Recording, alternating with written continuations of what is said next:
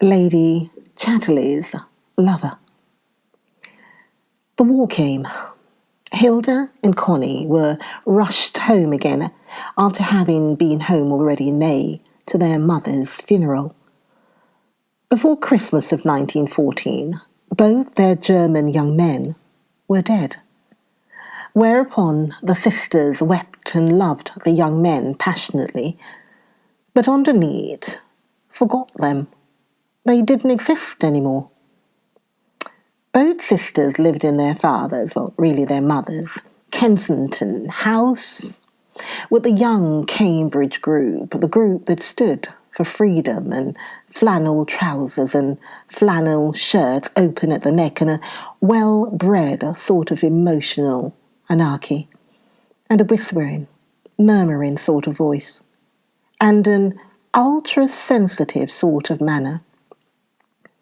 Hilda, however, suddenly married a man 10 years older than herself, an elder member of the same Cambridge group, a man with a fair amount of money and a comfortable family job in the government.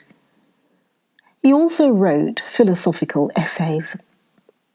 She lived with him in a smallish house in Westminster and moved in that good sort of society of people in the government who are not tip-toppers, but who are, or would be, the real, intelligent power in the nation. People who know what they're talking about or talk as if they did.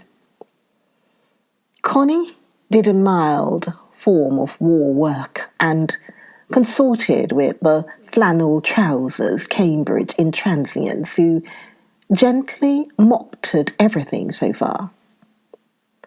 Her friend was a Clifford Chatterley, a young man of 22 who had hurried home from Bonn where he was studying the technicalities of coal mining. He had previously spent 2 years at Cambridge. Now he had become a first lieutenant in a smart regiment so he could mock at everything more becomingly in uniform. Clifford Chatterley was more upper class than Connie. Connie was well-to-do intelligentsia, but he was aristocracy. Not the big sort, but still it. His father was a baronet and his mother had been a viscount's daughter. But Clifford, while he was better bred than Connie and more society, was in his own way more provincial and more timid. He was at his ease in the narrow, great world, that is, landed aristocracy society. But he was shy and nervous of all that other big world which consists of the vast hordes of the middle and lower classes and foreigners. If the truth must be told, he was just a little frightened of middle and lower class humanity and of foreigners not of his own class. He was, in some paralyzing way, conscious of his own defenselessness, though he had all the defense of privilege, which is curious but a phenomenon of our day. Therefore, the peculiar soft assurance of a girl like Constance Reed fascinated him. She was so much more mistress of herself in that outer world of chaos than he was master of himself. Nevertheless, he too was a rebel, rebelling even against his class. Or perhaps rebel is too strong a word, far too strong. He was only caught in the general, popular recoil of the young against convention and against any sort of real authority.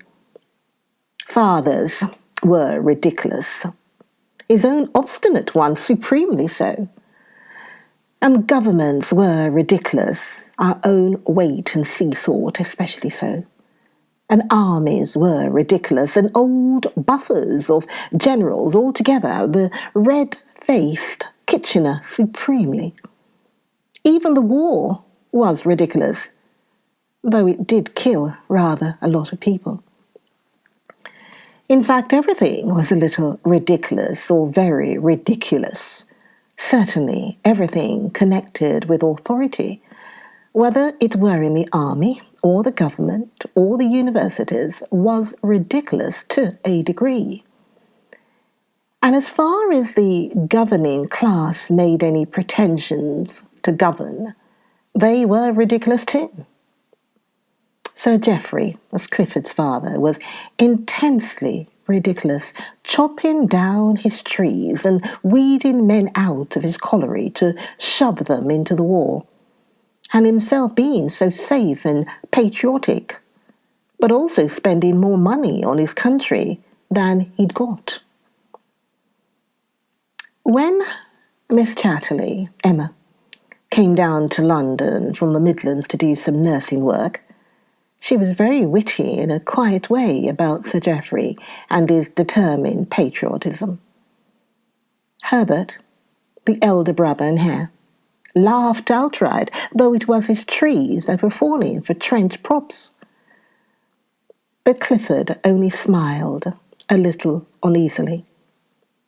Everything was ridiculous, quite true.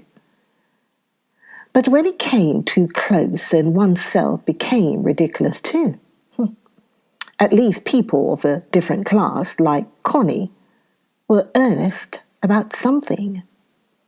They believed in something. They were rather earnest about the Tommies and the threat of conscription and the shortage of sugar and toffee for the children. In all these things, of course, the authorities were ridiculously at fault.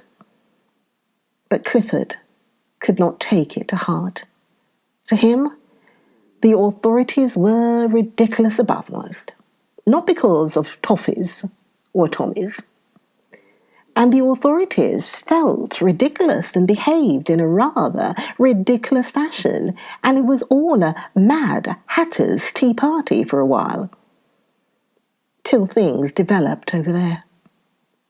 And Lloyd George came to save the situation over here. And this surpassed even ridicule. The flippant young laughed no more. Well, you should, of course, listen to the next video to know what happens in the life of Lady Chatterley and, of course, when she meets the lover. This is Morale. So, watch the next video. See you then.